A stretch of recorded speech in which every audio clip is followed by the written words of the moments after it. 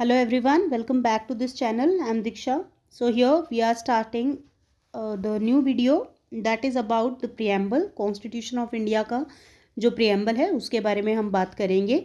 So यहाँ पर हम एक बार preamble को देख लेते हैं कि preamble है क्या.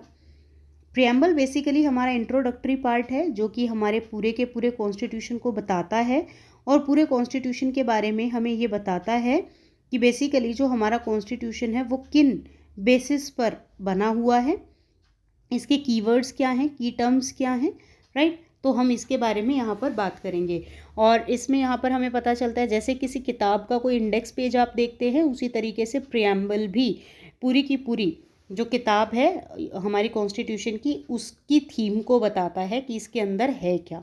क्लियर. ऐसा नहीं है कि प्रियम्बल में जो चीज़ें लिखी हुई हैं वो कॉन्स्टिट्यूशन में नहीं है, they are already integral part of the constitution, but उनको बाहर दिखाया गया है सिर्फ ये सुनिश्चित कराने के लिए कि ये सब चीज़ें हमारे कॉन्स्टिट्यूशन में अंदर ऑलरेडी रिटन हैं. Clear. Just like the content page of any of the book, जो इंडेक्स पेज होता है या कंटेंट पेज होता है उसी की तरीके से होता है हमारा प्रियम्बल. नाउ अगर हम प्रियम्बल की इंग्लिश में बात करें तो हमें हर किसी एनसीईआरटी में इंग्लिश हिंदी दोनों वर्जन में मिलता है प्रियम्बल. तो हम यहाँ पर एक बार रीड आउट कर लेते हैं कोई एक वर्जन. फॉर इंस्टेंस अभी हम हिंदी वर्जन रीड आउट कर लेते हैं सो दैट आपको इजीली समझ में आ जाए. प्रियम्बल बहुत ज़्यादा इम्पॉर्टेंट है सिलेबस के लिए क्योंकि प्रियम्बल में जितने भी वर्ड्स हैं जैसे आपके सामने अभी दिख रहे हैं आपको sovereign, socialist, secular, democratic, Republic, ये काफ़ी इम्पॉर्टेंट है. क्यों इम्पॉर्टेंट है? क्योंकि ये काफ़ी एक वो बनाते हैं, आपको बताते हैं इम्पॉर्टेंस इस पूरे के पूरे कॉन्स्टिट्यूशन की. पूरे कॉन्स्टिट्यूशन की एक थीम है, right. So here what we can say कि हमारा जो कॉन्स्टिट्यूशन है इसके बारे में हम बात करेंगे कि हिंदी वर्जन की अगर हम बात करें तो यहाँ पर लिखा है हम भारत के लोग भारत को एक संपूर्ण प्रभुत्व भारत को एक संपूर्ण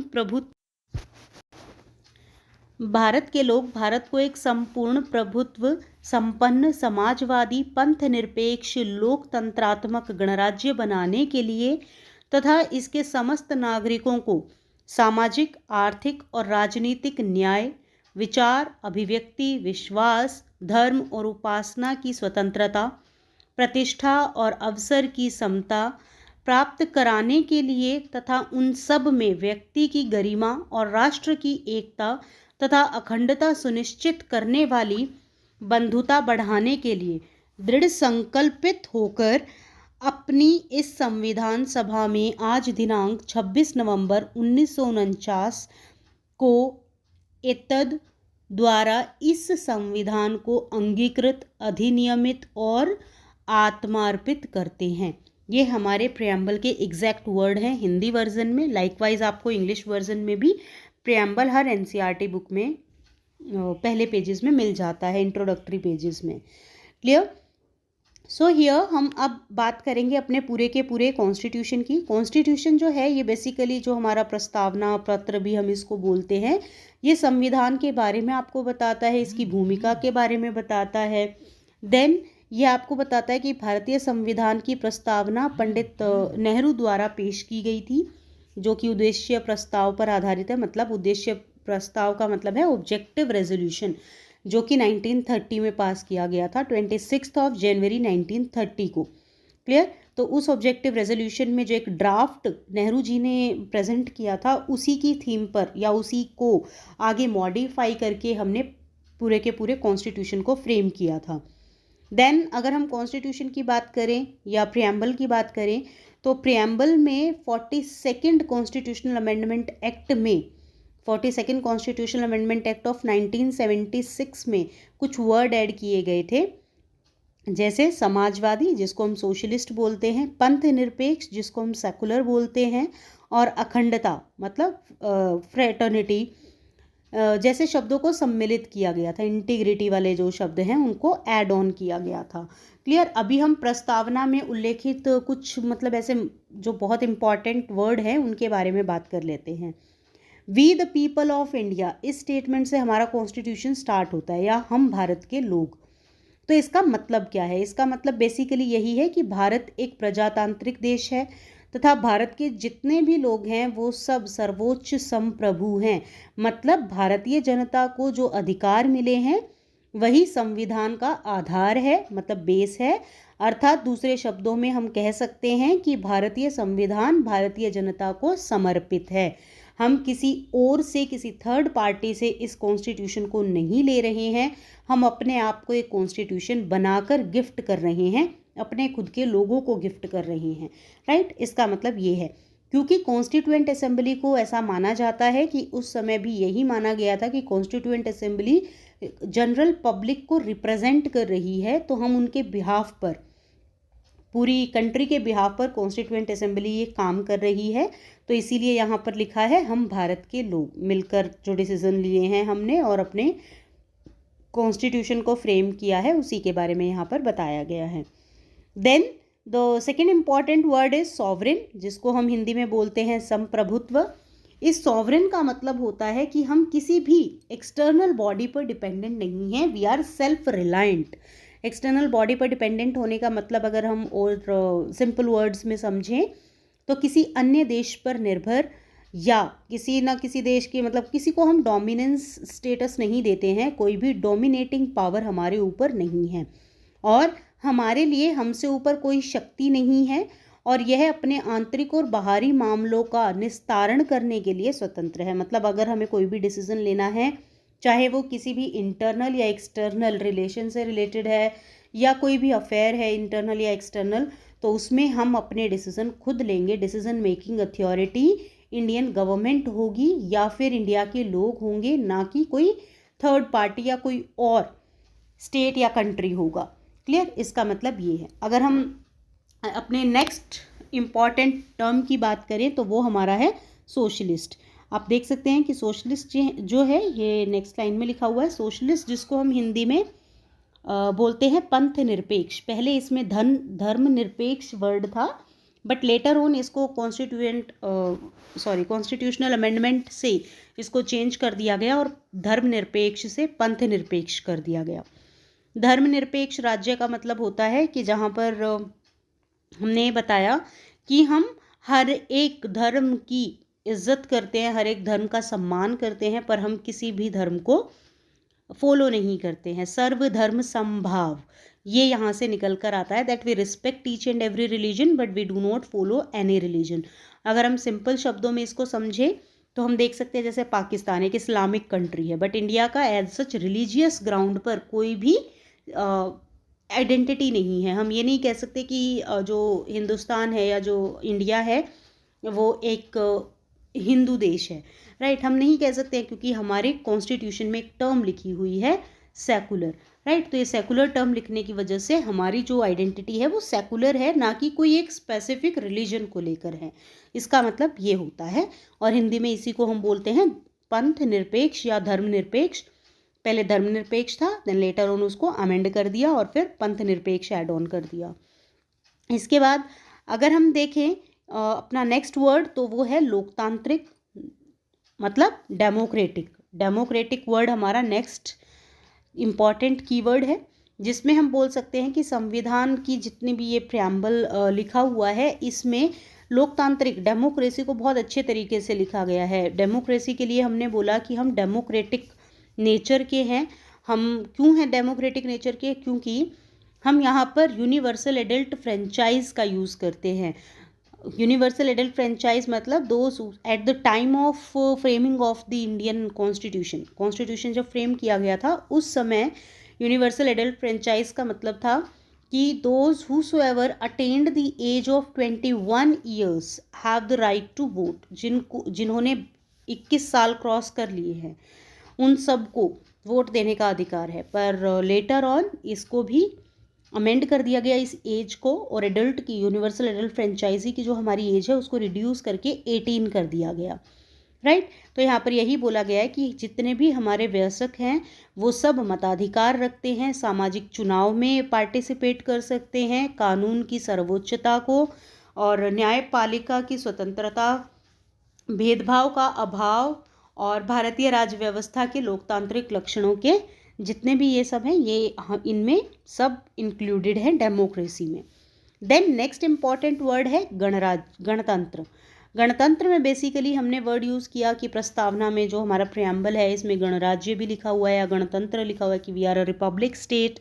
रिपब्लिक स्टेट का मतलब है कि जहाँ की जनता के द्वारा डिसीज़न लिया जाता है, मतलब जितने भी हमारे लीडर्स होंगे या हमारे पॉलिटिशियंस होंगे, सॉरी, जो हमारी गवर्नमेंट होगी वो इलेक्टेड होगी, ना कि नॉमिनेटेड होगी, इलेक्टेड फॉर्म ऑफ गवर्नमेंट होगी, इसका मतलब है Republic.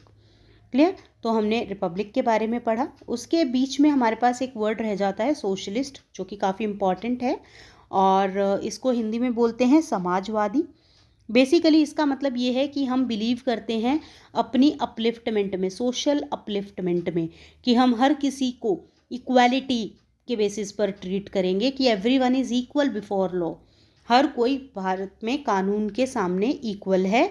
There shall be no discrimination on the ground of religion, race, caste, gender, place of birth. यहाँ पर यही बोला गया है सोशलिस्ट में कि हम किसी भी तरीके का भेदभाव नहीं करेंगे। मेजरली हमें 5 ग्राउंड दिए गए हैं: religion, race, caste, gender, place of birth. Right, तो ये 5 हमें ग्राउंड्स दिए गए हैं। इनके अलावा और भी बहुत सारे ग्राउंड्स हैं, जैसे social, economic and political. Right, social, economic, political, ये सब ग्राउंड्स हमें ध्यान रखने हैं कि हम किसी भी तरीके का कोई डिस्क्रिमिनेशन नहीं करेंगे और हर किसी को इक्वल ट्रीट करेंगे। This is the meaning. और सोशलिस्ट का मतलब यही होता है कि जो नीडी है हम उसको हेल्प प्रोवाइड कराएंगे।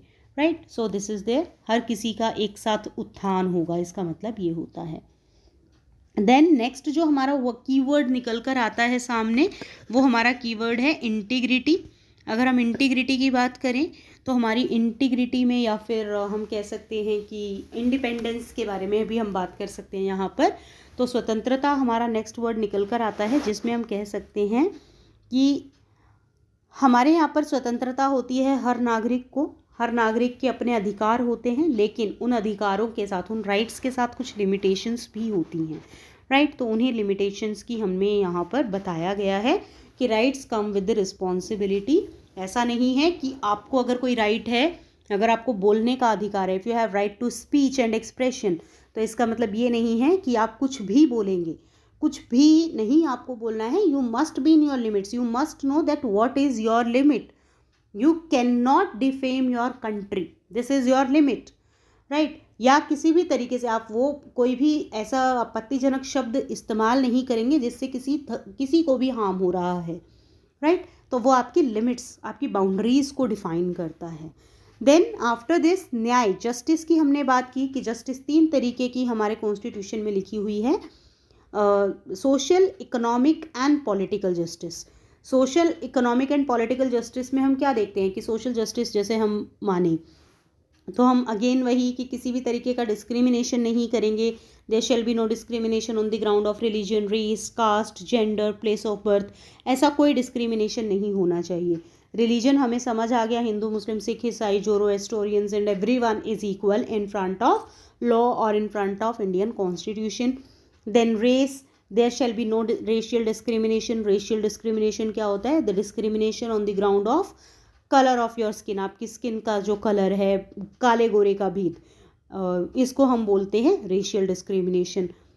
कास्ट के बेसिस पे कोई डिस्क्रिमिनेशन नहीं होना चाहिए, जैसे हमारा ब्राह्मण, क्षत्रिय, वैश्य, शूद्र, ये वर्ण बेस्ड सोसाइटी के वजह से जो कास्ट डिवीज़न है, तो उसके बेसिस पर कोई भी डिस्क्रिमिनेशन नहीं होगा। No low class, no up class, everyone is equal in front of our constitution और in front of our country. इसका मतलब ये है।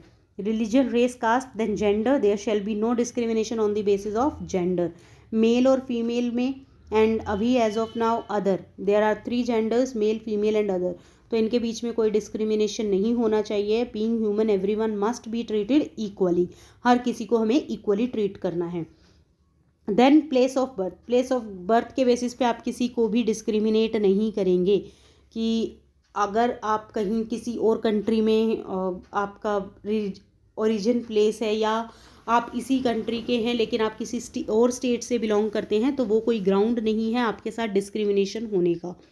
Clear? This is the meaning.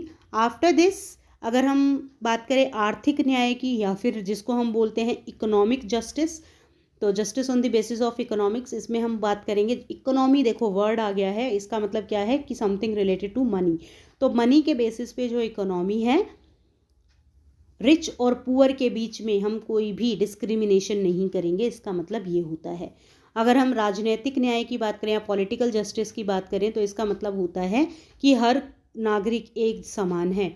अगर मुझे वोट देने का अधिकार है और मेरी वोट की वैल्यू 1 है तो कोई और जो पर्सन है उसकी वोट की वैल्यू भी 1 है, और अगर उसने 18 ईयर्स क्रॉस कर लिए हैं तो they are also entitled to give vote, तो उनको भी वोट देने का अधिकार मिलना चाहिए।